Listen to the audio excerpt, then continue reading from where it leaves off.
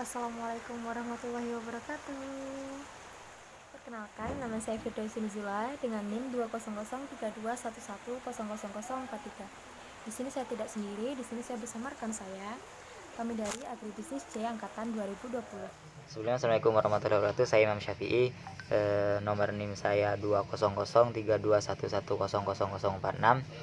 Saya bersama teman saya akan menjelaskan tentang kebijakan pupuk Indonesia dan kelangkaan pupuk dan sejarah pupuk di Indonesia. Baik, langsung saja. Yang pertama yaitu kami akan menjelaskan mengapa ada kelangkaan pupuk subsidi di Indonesia. Yang pertama itu karena banyaknya berbagai faktor yang menyebabkan kelangkaan pupuk di Indonesia itu terjadi. Yang akan dibahas nanti sama kami berdua akan dibahas tentang mengapa terjadi kelangkaan dan sejarah kebijakan pupuk ini pertama kali kapan dan juga bagaimana cara menanggulanginya. Oke, langsung saja, let's go.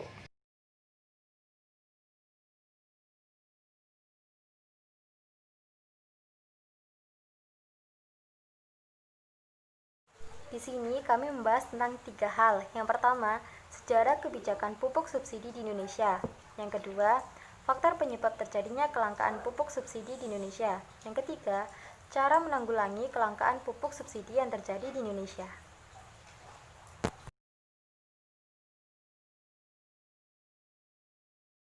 Yang pertama yaitu sejarah kebijakan pupuk di Indonesia.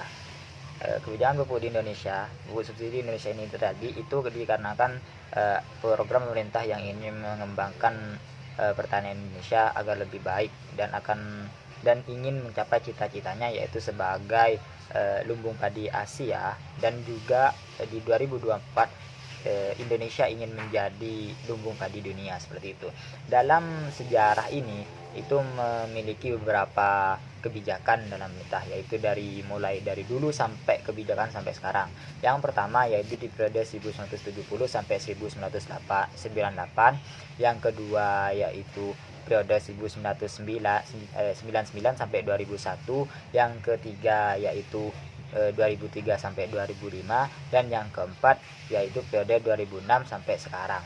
Nah, dalam tahun 1970 sampai 98 ini pemerintah Indonesia itu memiliki dua uraian. Yang pertama pada 970 sampai 73 itu memiliki subsidi harga, yaitu uraiannya yaitu memiliki dua, yaitu satu, pemerintah memiliki pupuk bantuan yang dari PLN, yaitu pupuk subsidi di PLN dan impor. Yang kedua yaitu pada 1973-98 ini berasal dari impor dan produksi dalam negeri sendiri itu. Yang digunakan dalam sumber biayanya yaitu tetap, yaitu biaya APBN. Nah, pada tahun periode kedua yaitu 1999 sampai 2002 itu mengintensifkan gas domestik IGD, atau sistem subsidinya itu menggunakan domestik IGD. Nah, di sini memiliki dua juga. Pada akhir 1998 subsidi ini dicabut. Kenapa dicabut? Karena karena pada saat itu pada pemerintahan Soeharto itu mengalami krisis moneter itu. Dan setelah itu pada 2002 kembali bangkitnya setelah bangkit dari keadaan moneter ini, itu menetapkan IGD dengan harga gas 1,3 barrel atau 1,3 US dollar. Selisih harga gas ditanggung pemerintah. Untuk itu mereka itu menyamakan dengan domestiknya itu dengan gas, dengan mengubah yang awalnya itu subsidinya itu ditanggung oleh APBN menjadi ini ditanggung oleh APBN dan talangan PNBB migas. Jadi di sini migas juga berperan dalam subsidi pupuk di Indonesia juga. Yang pada 2003 sampai 2005 ini pemerintah lebih fokus pada subsidi gas urea dan subsidi harga atau non urea. Jadi mereka berfokus melanjutkan intensif gas domestik itu dari subsidi gas urea dan juga subsidi harga.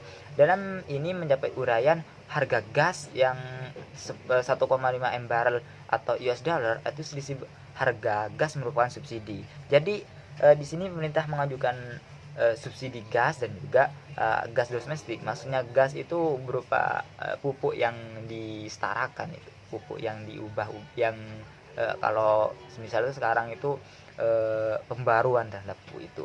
Nah, yang kedua itu subsidi harga untuk non orea yang seperti HPP dan biaya distribusi, head, volume produksi pupuk. Nah, ini biayanya ditanggung oleh APBN, tidak lagi ditanggung oleh campuran. Kalau yang pertama yang di kredit moneter itu ada talangan dari PNBB migas, sedangkan di sini kembali lagi ditanggung oleh APBN negara gitu. Nah, di tahun 2006 ini 2006 sampai sekarang subsidi harganya itu kembali ditiadakan untuk harga gas karena ini beresiko fatal gitu. Akan ada selisih harga terus, bahkan akanlah mahal sekali. Jadi di 2006 sampai sekarang ini itu adanya subsidi harga. Subsidi harganya itu maksudnya dananya tetap dari APBN, namun yang diutamakan itu pupuk urea seperti HPPP, biaya distribusi, head, X, volume, dan produksi pupuk gitu.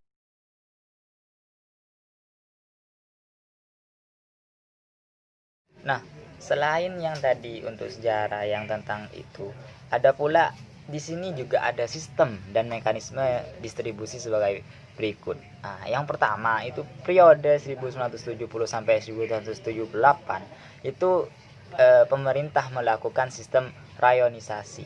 Rayonisasi, apa sih rayonisasi? Rayonisasi adalah suatu kerjasama antar importir dan produsen.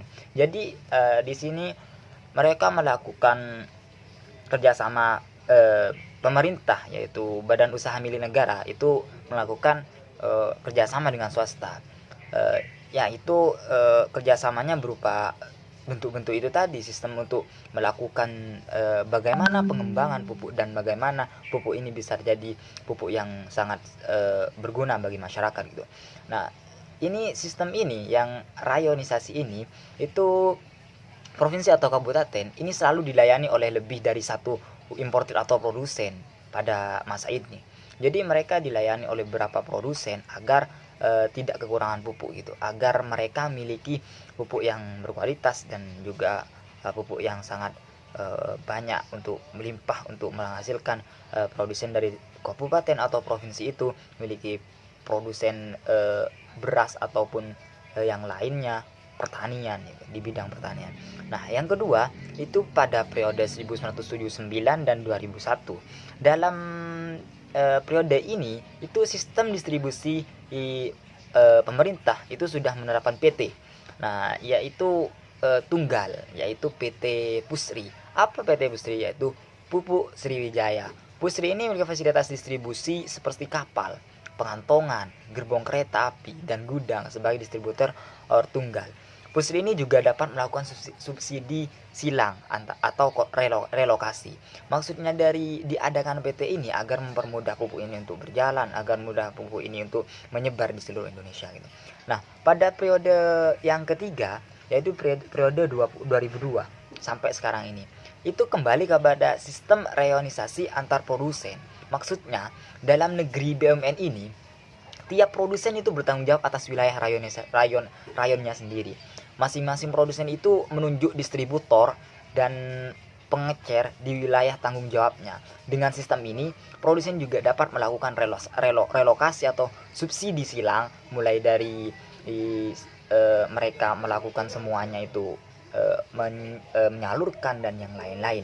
Di mana rencana ini, kebutuhan pupuk rencana ini, tiap wilayah itu dibuat terlebih dahulu agar memudahkan perkiraan berapa volume pupuk itu yang akan diperedarkan dan juga berapa banyak biaya untuk memberikan pupuk-pupuk itu terhadap petani gitu, seperti itu. Dari beberapa kebijakan pupuk subsidi yang dikeluarkan oleh pemerintah, terdapat kendala-kendala yang mengakibatkan kelangkaan pupuk subsidi di Indonesia. Salah satunya pada video berikut.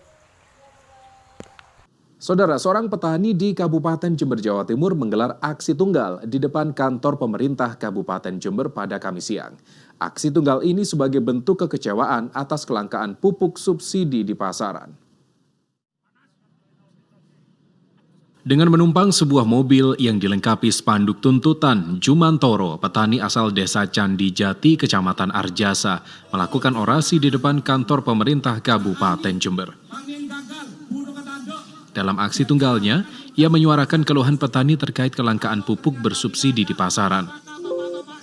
Hilangnya pupuk bersubsidi di pasaran membuat petani semakin menderita karena tidak bisa bercocok tanam dan harus mengeluarkan biaya lebih banyak untuk bercocok tanam. Selain melakukan orasi, ia beserta petani lainnya juga melakukan aksi makan di jalanan yang menggambarkan penderitaan petani. Alhamdulillah, hampir tidak ada. Dan kita minta hari ini sudah ada suplai.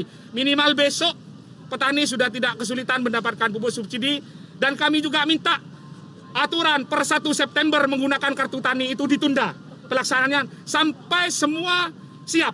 Jangan korbankan petani karena tekanan KPK, tapi bagaimana petani ini benar-benar bisa lebih sejahtera. Daripada ngurusi ini, urusi yang korupsi yang triliunan di atas itu. Petani menyayangkan pengurangan kuota pupuk bersubsidi hingga 50%, yakni 45 ton di tahun 2020 dan 90 ton di tahun 2019. Akibatnya terjadi kelangkaan pupuk bersubsidi hingga merusak lahan pertanian. Ia mengancam akan melakukan aksi lanjutan karena aksinya tidak ditemui oleh perwakilan dari pemerintah Kabupaten Jember. Tim Liputan Kompas TV Jember, Jawa Timur.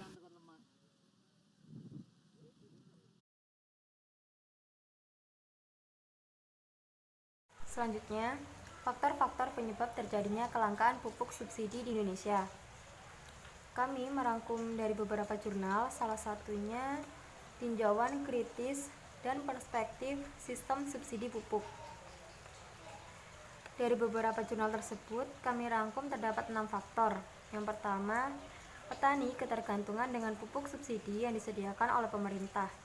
Hal ini memicu penggunaan pupuk subsidi yang terus bertambah melebihi stok yang disediakan oleh pemerintah, maka yang terjadi adalah kelangkaan pupuk subsidi di Indonesia.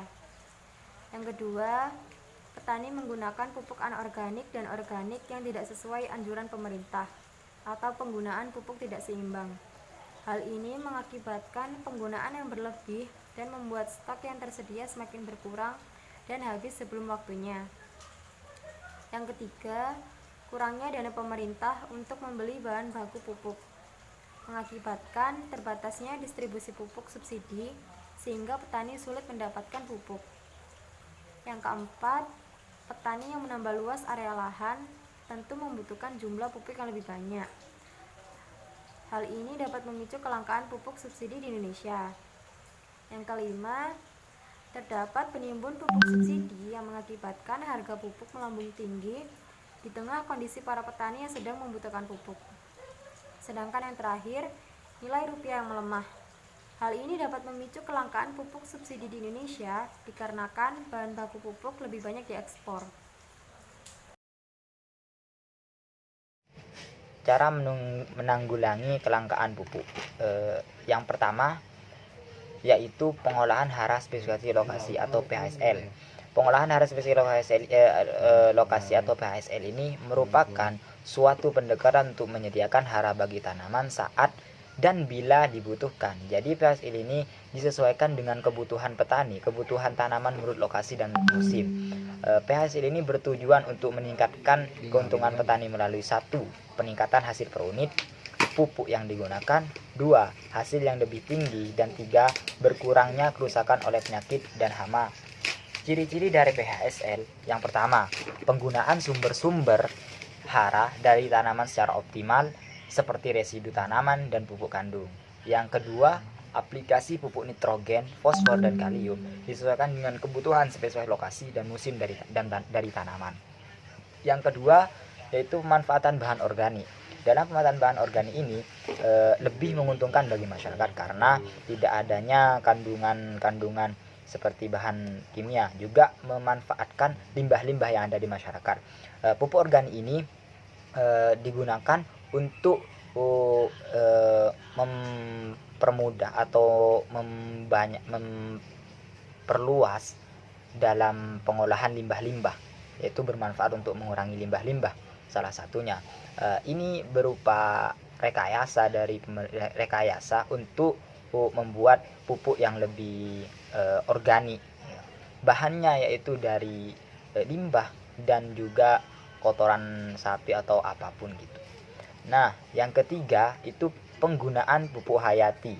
Pupuk hayati adalah inokulen yang mengandung mikroorganisme untuk meningkatkan kesuburan tanah dan kualitas hasil tanaman. Pupuk hayati ini dapat meliputi mikroba penanaman nitrogen, mikroba pelarut fosfor, mikroba pemantapan agregat, mikroba penghasil zat, perangsang tumbuh, dan fungsi mikoriza.